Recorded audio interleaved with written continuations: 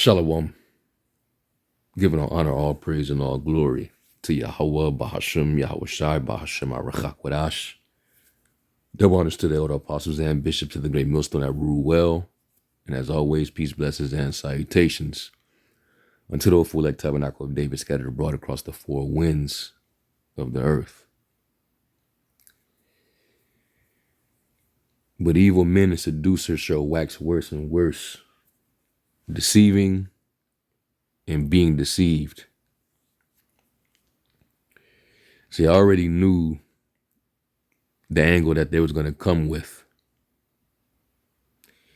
And you brothers, y'all, I'm pretty sure those of you that watched, it was a lesson that I did previously going into this topic. And I actually did it before they even did this whole stream. It was actually the original video that they did on this topic. All right, before they actually premiered that particular stream where they're giving their argument as to why they believe Paul was teaching idolatry. See, and Paul, he gave warnings about guys like this, because, you had men who were teaching the things that they ought not. All right. Matter of fact, let me just go to it.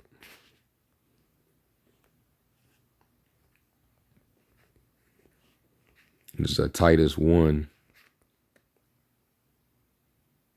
in verse 10, and it says, "For there are many unruly and vain talkers and deceivers, especially they of the circumcision, whose mouths must be stopped, who subvert whole houses, teaching things which they ought not for filthy lucre's sake."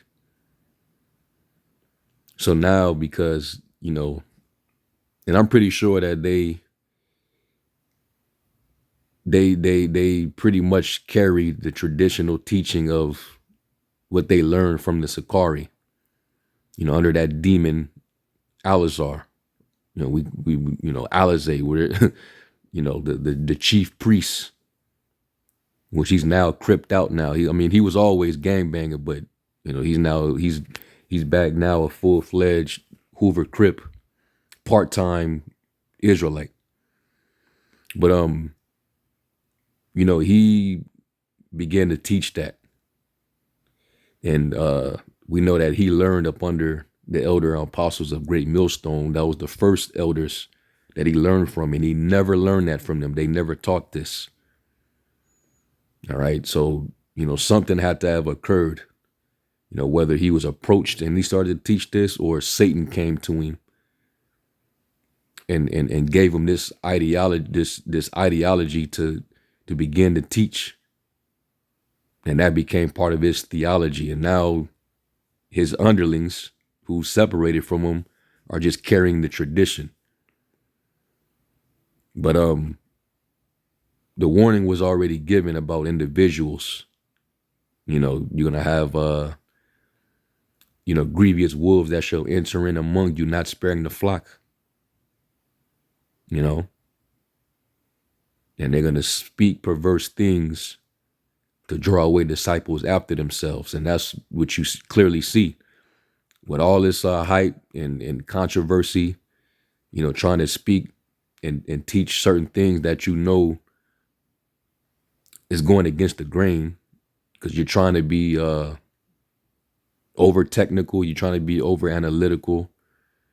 All right. You basically are teaching these perverted things to separate yourself. And like I said in the other lesson, because the Lord, he ponders the heart. He knows your intentions. If you're doing this out of, selfish ambition, selfish motives, you're trying to seek notoriety, fame, clout, praise of men. The Lord already knows. But like Jude said, these be they sensual that separate themselves, right? Not having the spirit. It's all sensual and not spiritual what these guys are doing. All right. It's like, what do you gain out of this outside of, you know, attracting people that have itching ears, that's trying to hear something new, something different. It says, this witness is true, wherefore rebuke them sharply that they may be sound in the faith, not giving heed to Jewish fables, myths, and commandments of men that turn from the truth. And these guys, they teach that you can profane a Sabbath by having sex on a Sabbath day. Remember when Yahushua said, beware of the leaven of the Pharisees and the Sadducees. And his disciples were, they didn't catch on to what he meant by that. They thought he was talking about actual bread that rise. No, he's talking about their doctrine, the leaven of their hypocrisy. Because these guys will say Paul was wrong. He's indirectly teaching idolatry, but they're teaching you that in the same token that you could profane the Sabbath day. Make that, you can't make this up. All right. It says, unto the pure all things are pure, but unto them that are defiled and unbelieving is nothing pure, but even their mind and conscience is defiled. All right, nothing is pure with them. Their stumbling block is eating meat offered unto idols. They truly don't understand the context in which Apostle Paul is using to convey his message to the church of Corinth. All right, so these dudes, there's some defilement there, and they don't even realize it. Verse 16, they profess that they know the Most High, but in works they deny him, being abominable and disobedient, and unto every good work reprobate. And these two dudes, they're reprobates, and they're definitely misleading the people, the flock. But hey, like it said in Job, the deceived and the deceivers are his. All right. Teachers like this, they're used as a sifting mechanism. So if you believe these dudes and you're thoroughly convinced because you like their good words and fair speeches, you like how well and articulate they can speak because they did all this reading and, they done ate all this honey, which the scriptures tell you, if you eat too much honey, you're going to end up vomiting. The simple believeth every word. All right, you gotta study for yourself, man. If you're seasoned in these scriptures, you won't be convinced. You'll see right through the BS, the argument that they're teaching. All right. So they had a live yesterday. Come prove Paul didn't teach idolatry, and the very verse that they're hinging on, which I knew that they were going to go that route, is in 1 Corinthians 8 in the 10th verse. And I think they're being disingenuous. I believe they're being obtuse on purpose. But they're trying to kind of clean it up a bit by saying, that Apostle Paul, he's just making a mistake, trying to basically give him a lifeline. It just demonstrates that he's not perfect. Well, who said anybody was perfect? That doesn't mean that Paul was going off. Even Paul would tell you, he told the church of Rome, that whole Romans the 7th chapter, he was telling the church that he wasn't perfect. But guess what? He's not wrong when it comes to this matter of dealing with meat offered unto idols. He was there at that council in Acts the 15th chapter. So why would he have gotten that order and then turned around and went and corrupted the congregation. This is the same Apostle Paul who said, "A little leaven leaveneth the whole lump." And I think one of the callers that called, he was basically saying, so if y'all ascribe to this, then should we throw out Paul's writings? Should we throw out his teachings? And they said, well, King David, they used King David, for example. Well, he went off, but that don't mean we throw out the Psalms. Yeah, but you're saying that Apostle Paul went off by teaching that you can eat meat offered unto idols. So you're saying that he's essentially teaching idolatry. So if he's teaching that, if that's a doctrine, that's leaven. A little leaven leaveneth the whole lump.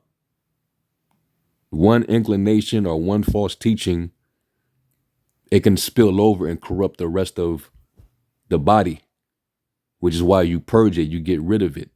So if Paul was indeed teaching this, then wouldn't you say that that's leaven? You would have to question all of the writings of Paul, the epistles. You would have to throw it all out because that's leaven. And this is why I'm gonna read this again, because Peter he hit it right on the head concerning the things that Paul taught. They're hard to be understood with those who wrestle, who the Spirit is not really dealing with.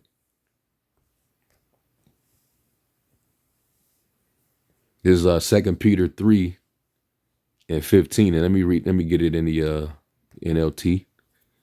And it says, "And remember, our Lord's patience gives people time to be saved." And I'm pretty sure this Apostle Peter, the head apostle, who the Lord said that he would establish this church upon,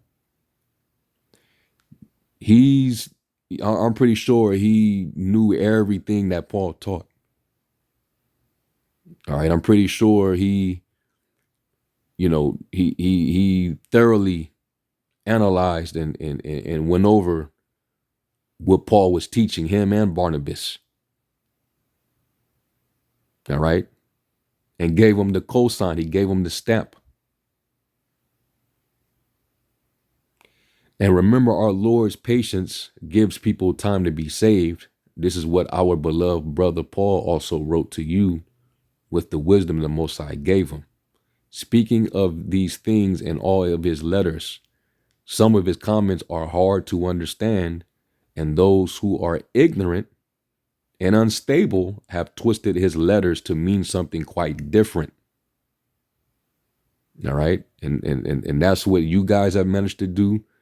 And your former leader, that's what happened with him. And you see what happened with him. All right. This is what happens when you make yourself an underling to a dude who was wise in his own conceit. You know, just doing too much, man, because you're trying to seek after your own glory. You want people to praise you because of the amount of knowledge that you have, getting in this whole spirit of debate. The same demon that's on Captain Tazariak. The only reason why we that will still give y'all some form of credit is because whether it's sincere or whether it's in pretense, Yahweh Shai is being preached. That this, the word may travel. All right. You are teaching a lot of what we teach, but especially with these type of matters, you're definitely going off. And when we see it, we're gonna call it out. And these guys think that they're right. Scriptures say there's more hope of a fool than dudes like y'all, man. It says, just as they do with other parts of Scripture. and this will result in their destruction. So you got to be, you brothers and sisters out there got to be careful, man. All right. So let's hear some of this. But you're going to see that their main point, the main thing that they're hinging on, is what Apostle Paul said in 1 Corinthians 8, around the 10th verse. When really the context starts when you read at the top, when you read the beginning of that chapter, and then read verses, basically read that chapter, and then read chapters 9 and also chapter 10. It gives you the overall context. All right. Yeah, you have knowledge, but you also got to be careful that knowledge of yours can become a stumbling block to other brothers, which is the very essence of the law. Love thy neighbor as thyself. Why would he? You couldn't make this up, yo. Why would he, knowing what the law say, the man, he said that he was a Pharisee of the Pharisees. He was blameless as touching the law. So he knew one of the biggest commandments was love thy neighbor as thyself. So if he's teaching that it's all right to eat meat offered unto idols in the idol's temple, he know that would be a stumbling block. Obviously, you would be breaking the commandment. You would be breaking the law. The very essence of the law, where it says not to curse the deaf, neither cast a stumbling block before the blind, but you are to fear the Lord. You don't think he knew that law as he was dealing with this matter in the church of Corinth? Come on, man. You dudes are being obtuse, and it's very annoying, man. Two smart, dumb characters that really need to be taught again. You this is becoming a matter of meat for y'all. Y'all might need to go back to the drawing board and deal with the milk, because this is insane, man. But let me play this real quick. Can be demonic because it can lead you away from the Most High. That's not what Paul is saying. Paul is not saying that, though. Paul is saying this demon has a temple. 1 Corinthians 8 and 10. If any man see you which has knowledge sit at meat in the idol's temple. This isn't just some Power Ranger toy that somebody said, I'm going to start worshiping. These are solidified idols, solidified gods in Corinth. Poseidon, Aphrodite, all of them. So he's saying you can be in this temple. He's not condemning you being in the temple, taking part of any ritual or eating the meat sacrificed to it. He's only condemning that if it offends a weaker brother. You understand? And this is horrible. This is his take from what Apostle Paul said. He's doing exactly what Apostle Peter described in his letter concerning the writings of Paul. They're unstable, man. But they put off this facade like they're these big time scholars in Israel. All is debating, man. All is, much study. All because you're trying to seek clout and notoriety and praise. And this is how, wisdom can flee from you. Paul is not saying, he's not condoning eating meat in the temple of the idol. He's using an illustration because he's describing the mindset that the people in the church of Corinth were developing because of the knowledge that they had concerning idols. And he's stressing that though you have the knowledge of idols being nothing, You know, it has no power. It doesn't breathe on its own. It doesn't do this. So you know that an idol doesn't it doesn't exist. All right, it basically it's nothing. But because you have knowledge of that, that doesn't mean that the liberty that you have, that you can think that you're confident enough that you can go into a damn temple, a idol's temple, and eat meat. He's not being prescriptive as if this is a standard or a rule in the church. Because if that was the case, they'd all be going to the damn idol's temple. They'd all think it was okay. And that would be him casting a stumbling block before his brother. Come on, man. Y'all stop it. Hassan, come on, man. You seem to be more intelligent than you give off. You really believe that that's what Paul was insinuating? You really believe that his whole issue is just, oh no, just being a stumbling block, the brother's conscience? No. He's being descriptive, not he's being descriptive, not prescriptive. And I'm pretty sure you, being a so-called scholar, would understand the difference. Let me do this.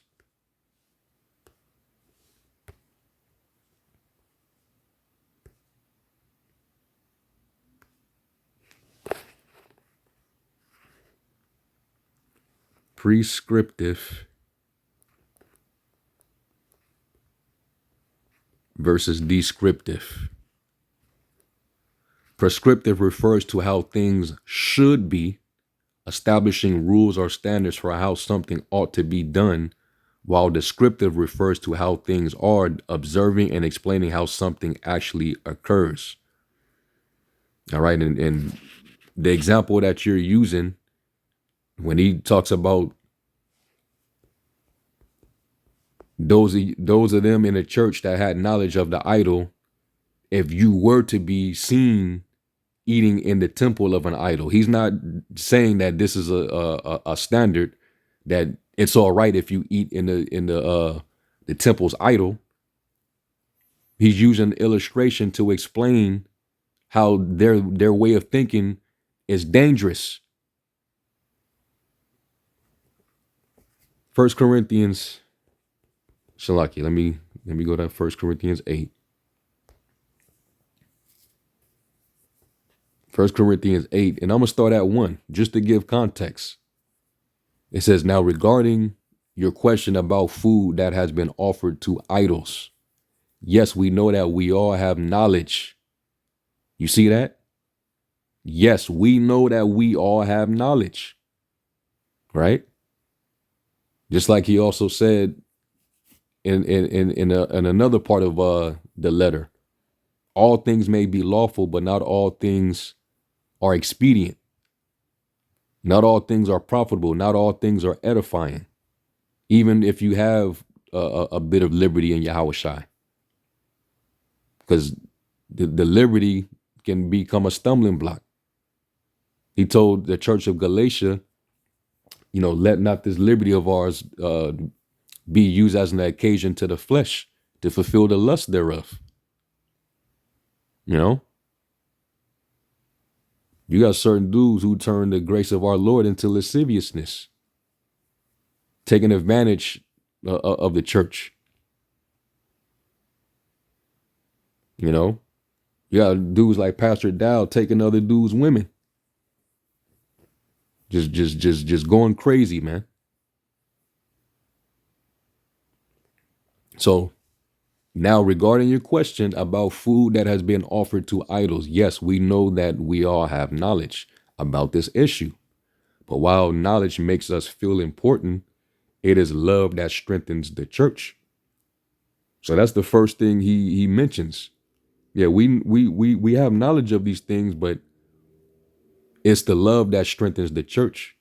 You want to make sure that, you know, you're loving your neighbor and not suffering sin upon him. All right. He said, I'm jealous over you with a godly jealousy, man. It says anyone who claims to know all the answers doesn't really know very much. All right. You don't know what you ought to know. All right. And he's going to expound. You might think you know it all. And you might think because you know it all, you have all this liberty. But let me tell you how this becomes a stumbling block. It says, but the person who loves the Most High is the one whom the Most High recognizes. So what about eating meat that has been offered to idols? Well, we all know that an idol is not really a god, and that there is only one God. And that's that's common knowledge among us, right? We know that there is only but one God. All right, the Father. Okay. The Shammai prayer. Shema Yasharala Yahweh Allahayanawa Yahweh Achad. Okay. So we know that the idols of the nations are not God. All right. The gods of the nations are idols, but the Lord made the heavens. It says there may be so-called gods both in heaven and on earth. And some people actually worship many gods and many lords. But we know that there is only one God, the Father, who created everything, and we live for him. And there is only one Lord, Yahweh Shai Mashiach, through whom the Most High made everything and through whom we have been given life. However, not all believers know this. So even those in the church that actually understand this, you had those among them who didn't fully understand, even though they did believe the gospel. Because they was fresh out of that world, worshiping these different Greek gods. All right. It says some are accustomed to thinking of idols as being real. All right. They thought Zeus and Hermes and, all these different Greek gods, they thought that they were real at some point. So when they eat food that has been offered to idols, they think of it as the worship of real gods. And their weak consciences are violated. And eating of it and knowing the conscience that they have, especially coming from that world, coming from that life, they'd be guilty. They'd feel guilty. It says it's true that we can't win God's approval by what we eat. We don't lose anything if we don't eat it, and we don't gain anything if we do. And it's the same thing he was saying in a roundabout way to the church at Rome. Is that Romans 14 about how a man might think, one man believeth. I'll read it. This is Romans 14:2. It says, for one believeth that he may eat all things, another who is weak eateth herbs. Let not him that eateth despise him that eateth not, and let not him which eateth not judge him that eateth. For the Most High have received him. All right.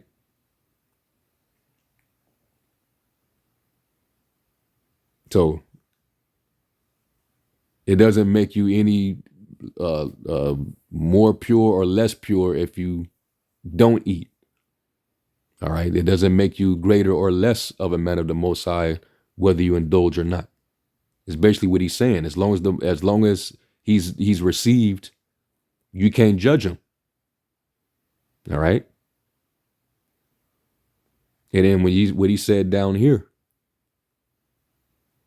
Romans 14, because he also said, let every man be fully persuaded in his own mind, right?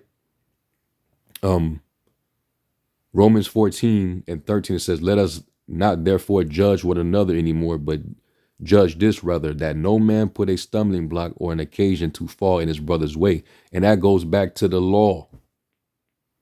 Leviticus 19, man. All right, do not Do not put a stumbling block before the blind.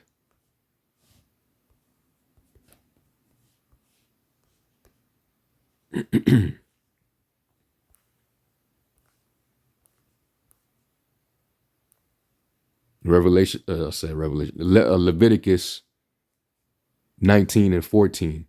It says, thou shalt not curse the deaf, nor put a stumbling block before the blind, but shalt fear thy power. I am the Lord.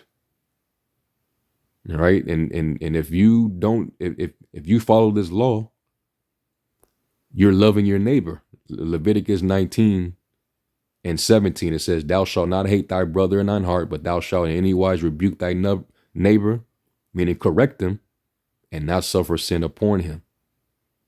All right. You do not want to suffer sin upon him. So that's exactly what he's doing by basically addressing the churches. He's being diligent because he knows that he has to know the state of his flocks. You know, he's being a shepherd here with this advice. Don't let this liberty, don't because you think that you're more pure. All right. Don't give an occasion for a brother to fall and slip, because then you would be held accountable. All right.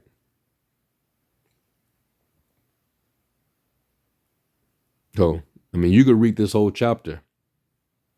All right. Let me jump down to verse 19. It says, let us therefore follow after the things which make for peace and things wherewith one may edify another. For meat destroy not the work of the Most High. All things indeed are pure, but not to these guys.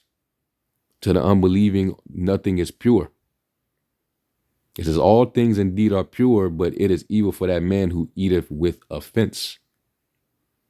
And you eating it with offense if you're not caring about your brother's conscience. If you're not seeing how this could be a stumbling block to him. All right. That's where the evil comes in. It is good neither to eat flesh, nor to drink wine, nor anything whereby thy brother stumbleth, or is offended, or is made weak. Hast thou faith? Have it to thyself before the Most High. Happy is he that condemneth not himself in a thing which he alloweth. And he that doubteth is damned if he eat, because he eateth not of faith, for whatsoever is not of faith is sin. So some guys, they're going to have strong faith that, meat is not going to draw his heart away to serve a whole nother entity. All right. But you have certain men who had a weak conscience. Don't eat meat, period, around him.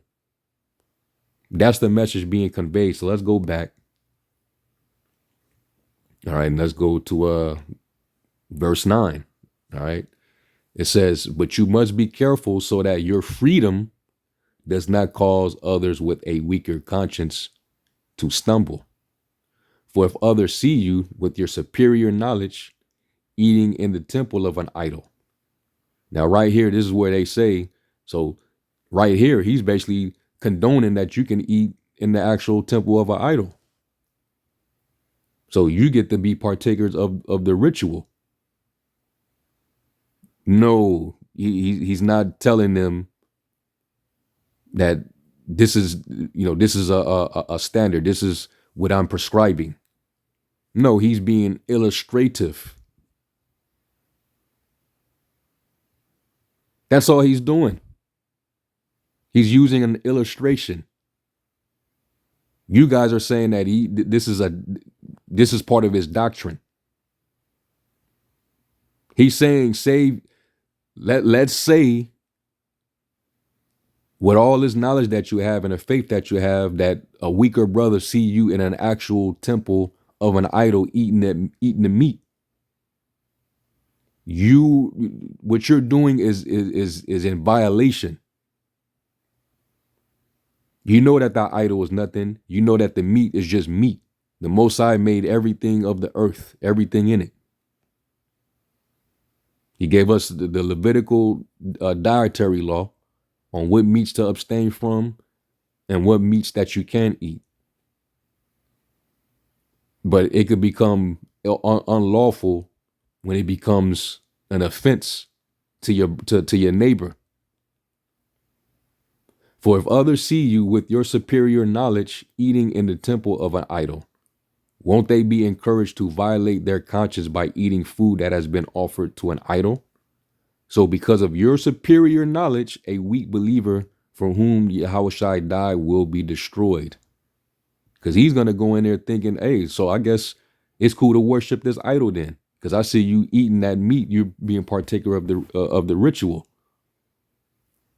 He's not saying it's cool, you can do it. When he says eating meat meat offered unto idols, he's talking about the meat that's sold in the shambles. And y'all try to play stupid. Because I was watching when the elder Ariala was leaving comments. And y'all trying to act like you didn't know what he was saying. That's why y'all were, well, not that y'all didn't understand what he was saying, but you were laughing when he was making those comments because you knew what the examples he was using was on point. You niggas eating Popeyes, but you talking all this shit. And you don't know where that chicken has been. You don't know who may have prayed over it, what God or deity they didn't pray to over that damn chicken, but you eating it. Tearing that chicken up, man, with your little biscuit, your little honey. And you might have, sent up a quick prayer in the name of Yahweh Shem Yahushai when you ate it. But you ain't thinking about none of that. You eat fast food, you go into these different takeout spots and eating.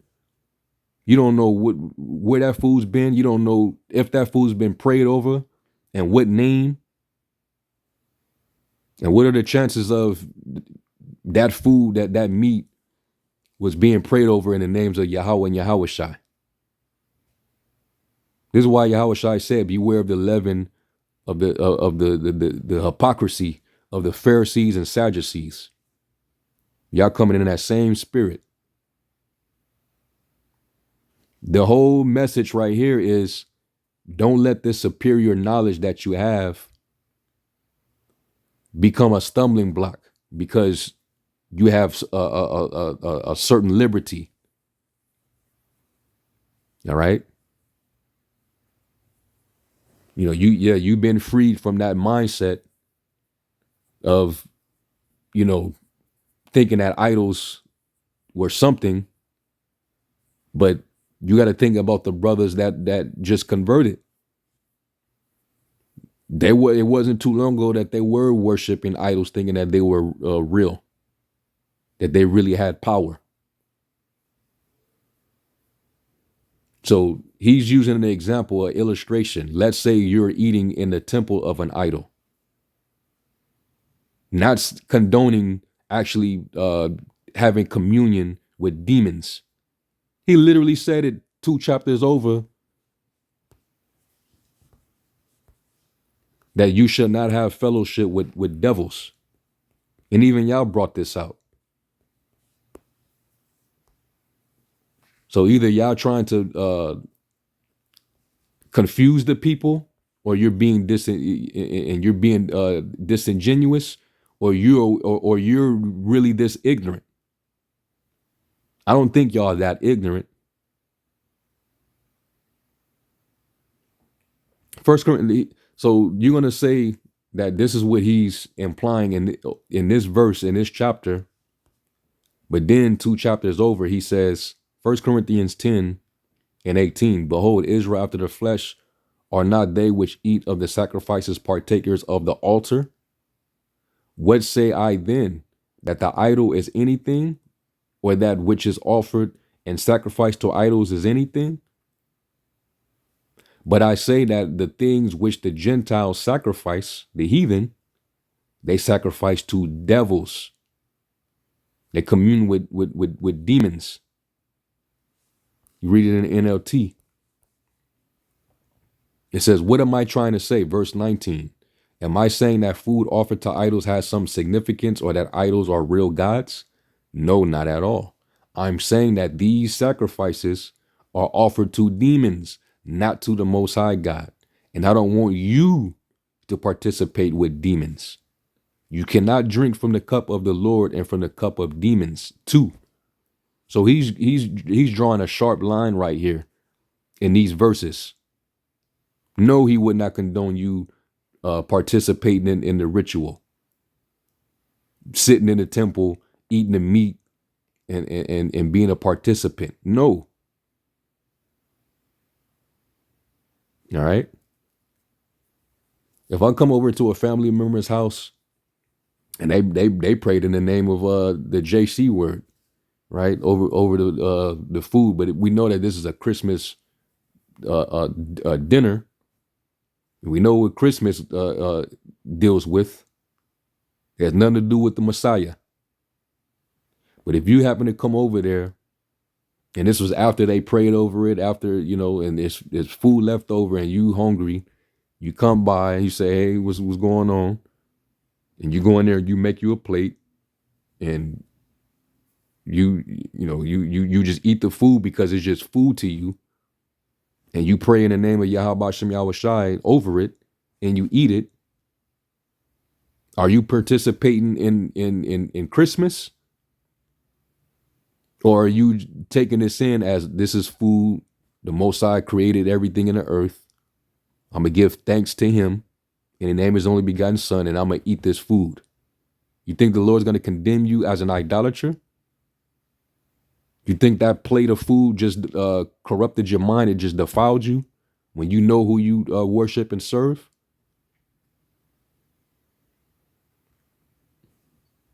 Yeah, you dudes, man. But hey, like I said in the beginning, you dudes are being used as a sifting mechanism. All right. It says you cannot drink from the cup of the Lord and from the cup of demons too. You cannot eat at the Lord's table and at the table of demons too. All right. And that's why he also said not to even fellowship with unbelievers.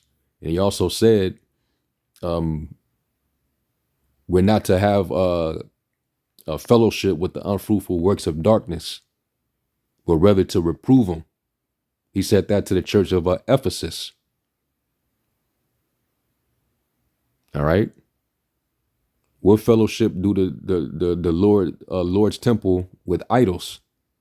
And we're supposed to be the Lord's temple. So this is a very disingenuous argument, man. But you guys try to be over technical and over analytical, trying to, just be super deep. That's why you're trying to, do all this debating, man. The truth ain't up for debate. The truth speaks for itself. And if there's any elect, the elect will identify where the truth is at, and they're gonna immediately gravitate. All right. And then he goes on to say down here in verse 23, it says, "Yet you say I am allowed to do anything." This is referring back to the freedom that they had, the liberty. And I could sit down in the temple and eat the meat because I know the idols is not real. Yes, it says, you say I am allowed to do anything, but not everything is good for you. You say I'm allowed to do anything, but not everything is beneficial. Don't be concerned for your own good, but for the good of others. So you may eat any meat that is sold in the marketplace without raising questions of conscience. For the earth is the Lord's and everything in it, which is true. If someone who isn't a believer asks you home for dinner, accept the invitation if you want to. Eat whatever is offered to you without raising questions of conscience, which is what I was making an analogy about the whole Christmas thing. You're not coming there to celebrate Christmas. You know who you serve and you worship. You keep the high holy days. You don't keep none of these pagan festivities of Babylon. But suppose someone tells you this meat was offered to an idol. Don't eat it out of consideration for the conscience of the one who told you. it might not be a matter of conscience for you, but it is for the other person. For why should my freedom be limited by what someone else thinks? If I can thank the Most High for the food and enjoy it, why should I be condemned for eating it? So whether you eat or drink or whatever you do, do it all for the glory of the Most High. Don't give offense to Jews or Gentiles or the church of the Most High. All right. So this is about preferring another over yourself. All right. Your freedom could be a stumbling block. And he was just using an illustration of you thinking that because you're so knowledgeable and you have all this freedom that you can even go and sit in an idol's temple. That'll really mess up another brother whose conscience is weak. Not that he's condoning and saying, hey, this is a prescription. This is a standard, a rule. All right, you can go into the temple of an idol and partake in a ritual. It's cool. You know, so these dudes, man. But hey, you know, go right ahead and follow these dudes, man. You know, like you gonna follow the advice of a learned man who learned through the Spirit and who supped with Yahweh Shai, or you're gonna learn from these two dudes? Like who was it? Was it Rehoboam that took that? He got advice from the elders, and then he went and got a second opinion from the young dudes. And he went with the advice of the younger cats, and shit just went bad. Shit didn't go right when he should have took the advice from the elders. The elders, they don't teach this. All right.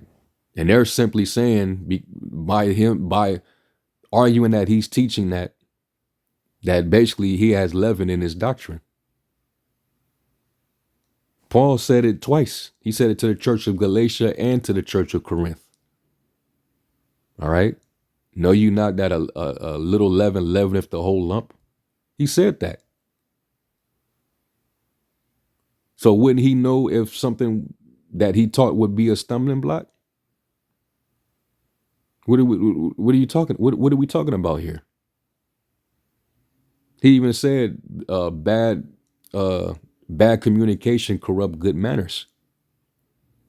He will be setting a wrong precedent if he prescribed to the churches that it was all right to eat meat in the temple. So yeah, man. These dudes are not gonna stop, you know. They're not gonna stop. They love the clicks and the views that these type of controversial topics draws them. This is what they do it for. I used to think Hassan was sincere, but this went on for a while, for a long time now. All right, his mind and conscience is seared, man. Listen to that demon up above him, Hakah.